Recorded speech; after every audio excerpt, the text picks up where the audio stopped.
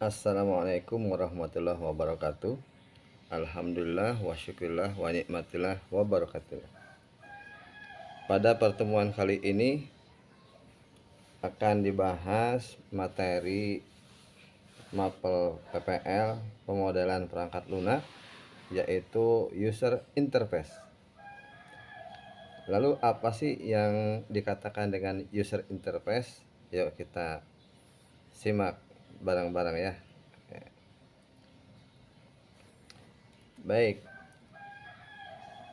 dari sini ada ya yang dikatakan dengan pengertian dari user interface. Yang pertama, user. Nah, artinya di sini pengguna. Nah, biasanya ditunjukkan kepada pengguna pada suatu sistem tersebut. Kemudian yang kedua yaitu interface. Ya, mohon maaf ini kurang i-nya ya. Interface yaitu penghubung antara dua sistem. Begitu. Nah, sistem pengguna dan sistem ini ya, sistem dalam pemrograman. Nah, jadi yang ketiga nih, user interface yaitu perantara yang disediakan untuk user, nah, sehingga seorang user dapat mengetahui apa yang terjadi pada sistem yang digunakan. Misalnya, nah, interaksi dari mesin komputer ke layar monitor, gitu, dari CPU ke monitor. Nah, itu interaksinya seperti apa? Nah, contoh misalkan untuk menginput data, gitu ya. Setelah diinput data oleh pengguna ya atau oleh user, kemudian di save. Nah, setelah di save nanti akan munculnya seperti apa, begitu ya. Itu kan tampilannya berbeda-beda ya. Itu ada yang menampilkan berupa langsung ke tabel penyimpanan, ada juga yang ke tabel bukan ke tabel, maksudnya ada juga yang ke itu dulu, apa namanya itu, ketampilan data sudah tersimpan, misalkan seperti itu ya. Baik, berikutnya adalah tujuan ya. Nih, tujuan pembuatan interface pada sebuah sistem ya. Yang pertama adalah menyesuaikan user interface dengan tugasnya. Ya, tugasnya kan si user tersebut mengakses suatu sistem itu untuk apa saja. Gitu. Misalnya tugasnya untuk menginput data, mengelola karyawan ya, atau data-data barang, data karyawan, data anggota, misalkan data siswa misalkan di sekolah ya, itu data guru, data nilai dan seterusnya gitu. Itu sebagai user ya. User juga kan terbagi atas admin ya, kemudian user kalau di sekolah berarti usernya untuk siswa gitu ya, kemudian user untuk guru dan sebagainya. Kemudian nomor 2 nih, tujuan pembuatan interface, yaitu untuk membuat user interface menjadi efisien. Dari apanya? Dari tampilan informasinya seperti itu, dan dari manfaatnya. Yang ketiga yaitu memberikan arus balik yang tepat ke pengguna, itu baik pengguna admin ya, maupun ke pengguna sebagai pelanggan ya, kalau di sekolah siswa atau di perguruan tinggi mahasiswa, begitu. Yang keempat yaitu memunculkan pertanyaan-pertanyaan yang dapat dimanfaatkan oleh pengguna, begitu ya. Yang kelima, memperbaiki produktivitas dari pengetahuan user tersebut atau pelanggan tersebut. Yang keenam, mengkomunikasikan fitur-fitur sistem yang tersedia, agar user mengerti dan dapat menggunakan sistem tersebut. Itu ya, jadi ada 6 tujuannya ya. Oke. Berikutnya adalah manfaat user interface. Setidaknya mempunyai 2 manfaat ya. Yang pertama,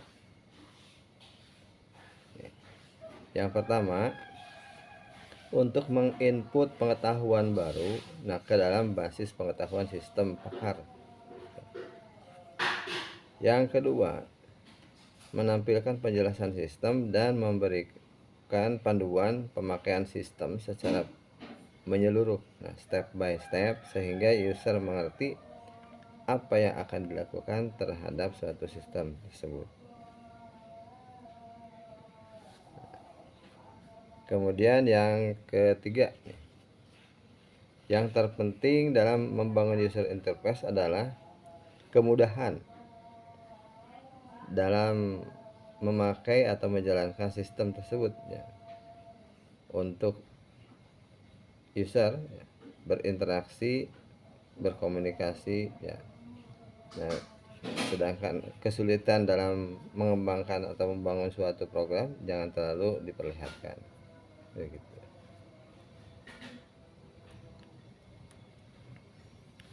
Nah, kemudian di sini ada yang namanya prinsip desain user interface. Prinsipnya di sini ada 6. Yang pertama adalah user familiarity atau user friendly ya, mudah dikenal gitu, mudah dipakai gitu ya, mudah digunakan.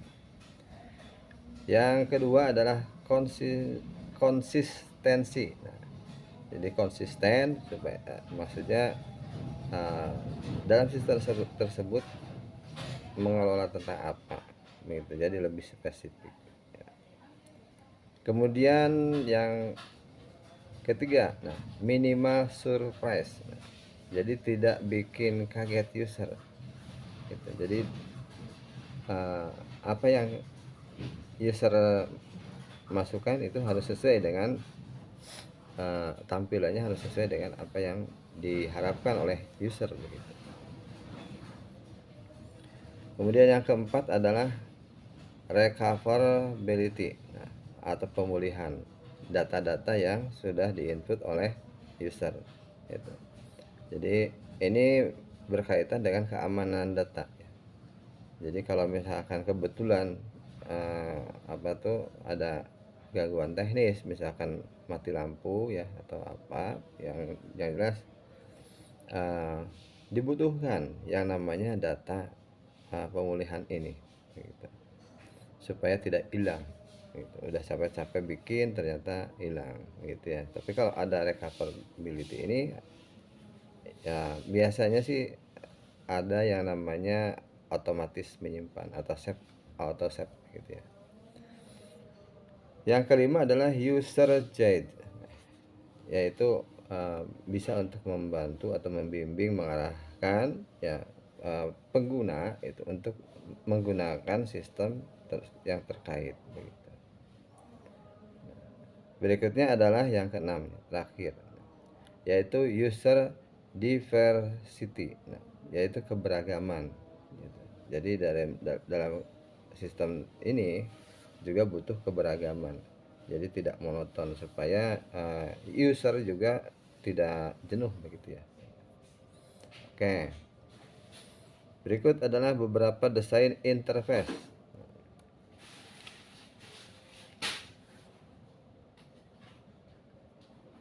Satu adalah interaksi pengguna. Ini pengoperasian secara langsung, interaksi langsung dengan objek pada layar gitu. Misalnya delete file atau menghapus file, dengan memasukkannya ke trash atau ke keranjang gitu ya. Contoh video game gitu dan lain-lain. Kelebihannya, waktu pembelajaran user sangat singkat. Feedback langsung diberikan pada tiap aksi sehingga kesalahan terdeteksi dan diperbaiki dengan cepat. Nah, namun ada kekurangannya nih. User interface tipe ini rumit dan memerlukan banyak fasilitas pada sistem komputer. Cocok untuk penggambaran secara visual, untuk suatu operasi atau objek gitu. Baik, berikutnya adalah menu selection. Pilihan berbentuk menu. User dapat memilih perintah dari daftar yang disediakan. Ya, misalnya saat klik kanan, itu ada pilihan apa, ada top up apa ya. Kemudian aksinya nanti user memilih apa yang dikehendaki, itu mau memilih menu apa gitu. Nah, ini kelebihannya, user tidak perlu ingat nama perintah. Pengetikan misalnya kesalahan rendah ya, dan lain-lain. Kemudian kekurangannya di sini tidak ada logika AND atau OR. Pada perlu ada struktur. Nah, jika banyak pilihan, menu dianggap lambat oleh expert user dibanding command language begitu. Ya, jadi kalau misalkan usernya sudah terbiasa menggunakan command language, yaitu berupa teks gitu ya, itu akan lebih cepat dengan teks begitu.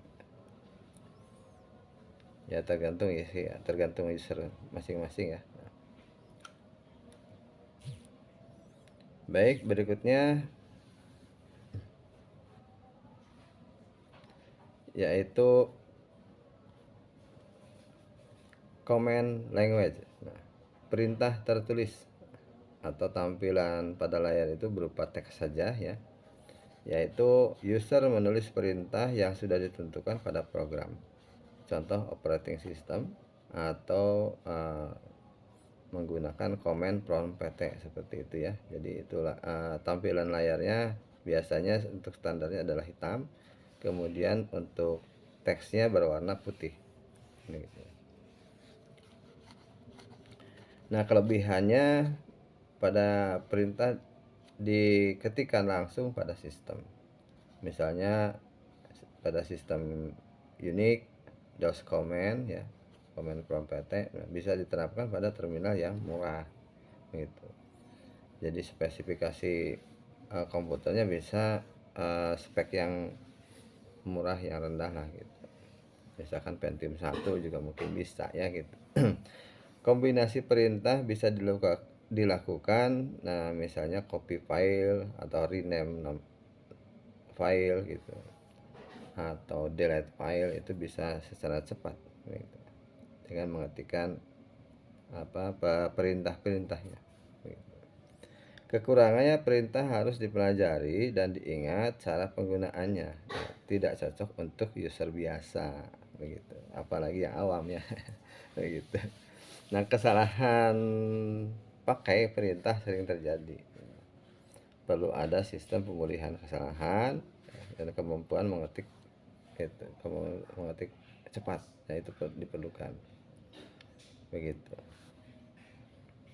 Yang keempat adalah natural language.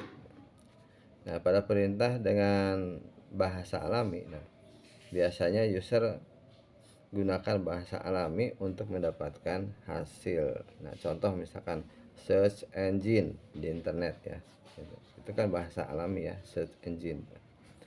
Nah, kelebihannya, perintah dalam bentuk bahasa alami, dengan kosakata yang terbatas atau singkat, mudah diingat. Nah, misalnya kata kunci yang kita tentukan untuk dicari oleh search engine gitu. Ada kebebasan untuk menggunakan kata-kata. Nah, misalkan user tersebut akan mencari warna hijau, ya tinggal diketik saja hijau begitu ya, nanti akan tampil gitu. sesuai dengan kata kunci tersebut. Ya, akan dieksekusi oleh search engine. Kekurangannya, tidak semua sistem cocok digunakan. Jika digunakan maka akan memerlukan banyak pengetikan. Seperti itu. Nah, itu saja mungkin ya. Karena ini sudah berakhir ya pembahasannya, mudah-mudahan bermanfaat. Wassalamualaikum warahmatullahi wabarakatuh.